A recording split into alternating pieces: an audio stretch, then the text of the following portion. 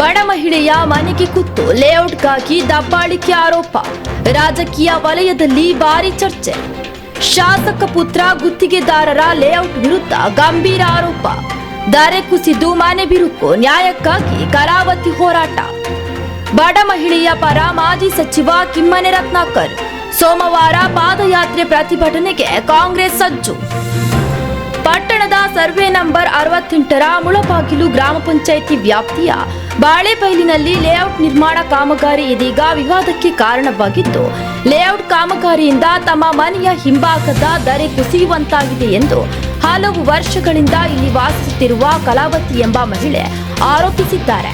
ತೀರ್ಥಹಳ್ಳಿ ಶಾಸಕ ಆರಗ ಜ್ಞಾನೇಂದ್ರ ಅವರ ಪುತ್ರ ಅಭಿನಂದನ್ ಹಾಗೂ ಗುತ್ತಿಗೆದಾರ ಎಸಿಸಿ ಕೃಷ್ಣಮೂರ್ತಿ ನಿರ್ಮಿಸುತ್ತಿರುವ ಲೇಔಟ್ ಸಮೀಪ ದರೆ ಕುಸಿಯಲು ಆರಂಭಿಸಿರುವ ಪರಿಣಾಮ ಕಲಾವತಿಯವರ ಮನೆಯ ಹಿಂಭಾಗದಲ್ಲಿರುವ ಕೊಟ್ಟಿಗೆ ಕುಸಿಯುವ ಆತಂಕ ಎದುರಾಗಿದೆ. ಮನೆಯ ಗೋಡೆಗಳಲ್ಲೂ ಬಿರುಕು ಕಾಣಿಸಿಕೊಂಡಿದೆ ಎಂದು ಅವರು ತಿಳಿಸಿದ್ದಾರೆ. ನಮ್ಮ ಸಮಸ್ಯೆಯ ಬಗ್ಗೆ ಹಲವು ಬಾರಿ ಮನವಿಯನ್ನ ಮಾಡಿದರೂ ಲೇಔಟ್ ಮಾಲೀಕರಿಂದ ಯಾವುದೇ ಸ್ಪಂದನೆ ಸಿಕ್ಕಿಲ್ಲ. ಬದಲಾಗಿ ನಮ್ಮ ಮೇಲೆ ದಬ್ಬಾಳಿಕೆ ನಡೆಸಲಾಗುತ್ತಿದೆ ಎಂದು ಕಲಾವತಿ ಅವರು ಆರೋಪಿಸಿದ್ದಾರೆ. ಬಡವರಿಗೊಂದು ನ್ಯಾಯ, ಶ್ರೀಮಂತರಿಗೊಂದು ನ್ಯಾಯ ಎಂಬ ಪರಿಸ್ಥಿತಿ ನಿರ್ಮಾಣವಾಗಿದೆ. ಬಡವರ ಕಷ್ಟ ಯಾರಿಗೂ ಕಾಣಿಸುತ್ತಿಲ್ಲ. ನಮಗೆ ನ್ಯಾಯ ಸಿಗಬೇಕು ಎಂದು ಅವರು ತಮ್ಮ ಅಳಲನ್ನ ತೋಡಿಕೊಂಡಿದ್ದಾರೆ. ಈ ನಡುವೆ ಮಾಜಿ ಸಚಿವ ಕಿಮ್ಮನೆ ರತ್ನಾಕರ್ ಸ್ಥಳಕ್ಕೆ ಭೇಟಿ ನೀಡಿ ಪರಿಶೀಲನೆ ನಡೆಸಿದ್ದು, ಕಲಾವತಿಯವರಿಗೆ ನಿಮ್ಮ ಜೊತೆ ನಾವಿದ್ದೇವೆ ಎಂದು ಭರವಸೆಯನ್ನ ನೀಡಿದ್ದಾರೆ. ಈ ವಿಚಾರವನ್ನ ಮುಂದಿಟ್ಟುಕೊಂಡು ಸೋಮವಾರ ಕಿಮ್ಮನೆ ರತ್ನಾಕರ್ ನೇತೃತ್ವದಲ್ಲಿ ಕಾಂಗ್ರೆಸ್ ವತಿಯಿಂದ ಪಾದಯಾತ್ರೆ ಹಾಗೂ ಪ್ರತಿಭಟನೆ ನಡೆದಿದೆ. ಆಸ್ತಿಯನ್ನು ಹೊಡೆಯೋದಕ್ಕೆ ಪ್ರಯತ್ನ ಮಾಡ್ತಾ ಇದ್ದಾರೆ. ಮತ್ತೆ ನೀವು ಆ ಜಾಗದಲ್ಲಿ ನೋಡಿದ್ರೆ ಗೊತ್ತಾಗುತ್ತೆ. ಆ ಲೇಔಟ್ 16 ಎಕರೆ ಚಿಲ್ಲರೆ ಇದೆ. ಅದು ಆ ಲೇಔಟ್, ಅದಕ್ಕೆ ಮೂಲ ದಾಖಲೆಗಳೇ ಇಲ್ಲ. ಈ ಸತ್ಯ ಯಾರಿಗೂ ಗೊತ್ತಿರಲಿಲ್ಲ. ಅವರು ಕಲಾವತಿ ಅವರಿಗೆ ಅನ್ಯಾಯ ಮಾಡಿದರೆ ನಾವು ಸೇರ್ಕೊಂಡಿದ್ದೀವಿ. ಇಡೀ ತೀರ್ಥಹಳ್ಳಿಗೆ ಅನ್ಯಾಯ ಮಾಡ್ತಾ ಇದ್ದಾರೆ. ಈ ತೀರ್ಥಹಳ್ಳಿಯ ಪಕ್ಕದಲ್ಲಿ ಇರ್ತಕ್ಕಂಥ ಮುಳಬಾಗಿಲು ಗ್ರಾಮ ಪಂಚಾಯತಿ ಜಾಗ ಅದು ಅಲ್ಲ ಮಂಜಣ್ಣ? ಮುಳಬಾಗಿಲು ಗ್ರಾಮ ಪಂಚಾಯತಿ ಸೇರಿರ್ತಕ್ಕಂಥ ಜಾಗ. ಅದನ್ನ ಪಟ್ಟಣ ಪಂಚಾಯತಿಯಲ್ಲಿ ಏನ್ ಮಾಡೋದಕ್ಕೆ ಹೊರಟಿದ್ದಾರೆ ಅನ್ನೋದು ಗೊತ್ತಾಗಿದೆ ನಮಗೆ. ಆದ್ರೆ ನಾವ್ಯಾರು ಮಾತಾಡ್ಲಿಲ್ಲ, ತೊಂದರೆ ಮಾಡಬಾರ್ದು ಇನ್ನೊಬ್ಬರಿಗೆ ಅಂತ. ಆದ್ರೆ ಇಡೀ ಲೇಔಟ್ ಫ್ರಾಡ್ ಲೇಔಟ್. ಅದಕ್ಕೆ ಮೂಲ ದಾಖಲೆಗಳೇ ಇಲ್ಲ. ಅದಕ್ಕೆ ವಂಶವೃಕ್ಷ ಇಟ್ಬಿಟ್ಟು ಅದನ್ನ ರಿಜಿಸ್ಟ್ರೇಷನ್ ಮಾಡ್ಕೊಂಡಿಲ್ಲ. ಹಣ ಕೊಟ್ಬಿಟ್ಟು ಅದನ್ನ ರಿಜಿಸ್ಟ್ರೇಷನ್ ವಂಶವೃಕ್ಷ ಅಂದ್ಬಿಟ್ಟು ರಿಜಿಸ್ಟ್ರೇಷನ್ ಆಗಿದೆ. ಯಾರು ನೋಡಿದಿರ ನೀವು? ಅದ್ರ ವಾರಸ್ದಾರ ಯಾರು ನಮ್ಗೆ ಸರಿಯಾಗಿ ಗೊತ್ತಿಲ್ಲ. ಈಗ ಯಾರಾದ್ರೂ ಲಕ್ಷ್ಮೀ ತಹಸೀಲ್ದಾರರು ಸ್ವಲ್ಪ ನಿಯಮ ಹೇಳಿದ್ದಾರೆ. ಇವತ್ತು ತಹಸೀಲ್ದಾರರ ಮೇಲೆ ಯಾವ ರೀತಿ ದಾಳಿ ಮಾಡ್ತಾ ಇದ್ದಾರೆ ಅಂದ್ರೆ, ಯಾರ ನೋಡಿದ್ರೆ ತಹಸೀಲ್ದಾರ್ ಭಾರಿ ದೊಡ್ಡ ಭ್ರಷ್ಟನೇ ಅಂತ ಹೇಳ್ಬೇಕು. ಇವತ್ತು KS ಮುಗಿಸಿ ಬಂದಿರ್ತಕ್ಕಂಥ ಒಂದು ಸಾಮಾನ್ಯ ಕುಟುಂಬ, ಸವಿತಾ ಸಮಾಜದವರು. ಅವರು ಪಾಪ ಬಹಳ ಹಿಂದುಳಿದ ಒಂದು ಕುಟುಂಬದಿಂದ ಬಂದಿರ್ತಕ್ಕಂಥ ಒಬ್ಬ ಅಧಿಕಾರಿಯನ್ನ ಇವತ್ತು ಈ ರೀತಿ ಜ್ಞಾನೇಂದ್ರ ಅವರು ದಾಳಿ ಮಾಡೋದು ನೋಡಿದ್ರೆ ಏನೋ ಆಗೋಗಿದೆ. ಇವತ್ತು ಉಂಡಿ ವಿಚಾರ ಇಲ್ಲಿ ನಮ್ಮ ಜೈಕರ ಸಂಪೂರ್ಣ ನಾವೇನು ಇದು ಅಂತ ಸರ್ಟಿಫಿಕೇಟ್ ಕೊಡೋದಿಲ್ಲ. ಆದ್ರೆ ಕಾಂಟ್ರಾಕ್ಟ್ ಮಾಡ್ತಕ್ಕಂಥ ವಿಚಾರದಲ್ಲಿ ಚಪ್ಪುಲಿ ಮಾಡ್ತಿದ್ರು. ಈ ಬೇರೆ ಊರಲ್ಲಿ ಮಗಳಿದ್ಲು, ಅವ್ರಿಗೆ ಗೌಡ್ರು ಕಳಿಸ್ಕೊಡ್ಬೇಕು.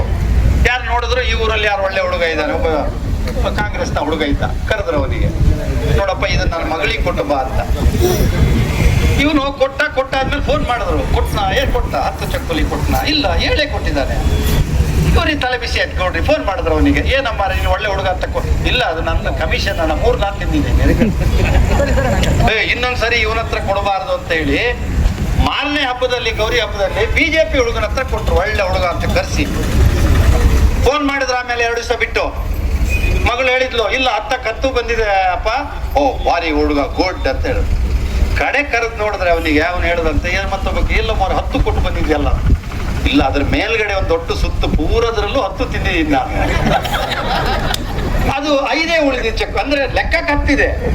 ಈ ನಮ್ಮ BJP ಅವ್ರ ಕತೆ ಆ ರೀತಿ. ನಮ್ಮ ಜ್ಞಾನೇಂದ್ರನ್ ಒಟ್ಟಿಗೆ ಇರೋರೆಲ್ಲ ಪ್ರಾಮಾಣಿಕರ 10 ಕತ್ತು ತಿನ್ನೋದೆಷ್ಟು ಅಂದ್ರೆ ಅದು ಇಲ್ಲೇ ಇಲ್ಲ, ದೊಡ್ಡ ಸೌಂಡ್ ಇಲ್ಲೇ ಇಲ್ಲ. ಇವತ್ತು ಆರ್ಗ ಜ್ಞಾನೇಂದ್ರ ಅವರ ಈ ರೀತಿಯ ವರ್ತನೆಯನ್ನ ಯಾಕೆ ನಾವು ಹೆದರ್ಬೇಕು? ಈಗ ನಮಗೇನ್ ತೊಂದರೆ ಕೊಡ್ಬೇಕು, ತೊಂದರೆ ಕೊಟ್ಟಾಗಿದೆ. ಮೊನ್ನೆ ಎಲ್ಲ ಒಂದು ಸುದ್ದಿ ಬಂತು, ನಮ್ಮ ಮರಳು ಎಲ್ಲರೂ ಮರಳು ಮಾಡ್ತಾರೆ, BJP ಅವರು ಮಾಡ್ತಾರೆ, ಕಾಂಗ್ರೆಸ್ನವರು ಮಾಡ್ತಾರೆ. ಸ್ವಲ್ಪ ಇವರು ಅದರಲ್ಲಿ ದೂರ, ಏನಾದ್ರು ಮಾಡ್ಕೊಳ್ಳಿ, ನಮ್ಮ ಹತ್ರ ತರಬೇಡಿ ಅಂತ. ಮೊನ್ನೆ ಪೇಪರ್ಗಳಲ್ಲೆಲ್ಲ ಬಂತು, ನಮ್ಮ ಮೀಡಿಯಾಗಳೆಲ್ಲ ಹಾಕಿದ್ರು, ಆರ್ಗ ಜ್ಞಾನೇಂದ್ರ ಅವರು ಮರಳುಗುಡ್ಡೆಯಲ್ಲೇ ಮಲಗಿದ್ದಾರೆ.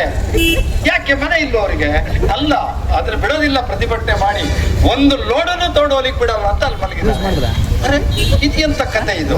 ಈಗ ಆರ್ಗ ಜ್ಞಾನೇಂದ್ರ ಶಾಸಕರು ಮನೆಗೆ ಕರೆಸಿ ಮಾಡ್ತಕ್ಕಂಥದ್ದು ಅವರಿಗೆ ಒಂದು ವಿಚಾರ ಇದೆ, ಶಕ್ತಿ ಇದೆ. ಅವ್ರು ಯಾಕಲ್ಲಿ ಮರಳುಗುಡ್ಡೆ ಹೋದ್ರು? ಓ ಇಲ್ಲ, ಮರಳಿನವ್ರ ಕತೆ ಮುಗೀತು, ಇನ್ನು ಮರಳು ಒಂದು ಲೋಡು ಎತ್ತಕ್ಕಾಗಲ್ಲ ಅಂತ ಎಲ್ಲರೂ ಬಾಯಲ್ಲಿ ಬಂತು. ಒಂದೇ ಒಂದು ವಾರ ನಮ್ಮ ರಂಜಿತ್ ರಂಜಿ ಇದ್ದಾರೆ, ಮರಳಿನ ಬಗ್ಗೆ ಅವರೆಲ್ಲ ಚೆನ್ನಾಗಿ ಹೇಳ್ತಾರೆ ನಮ್ಗಿಂತ.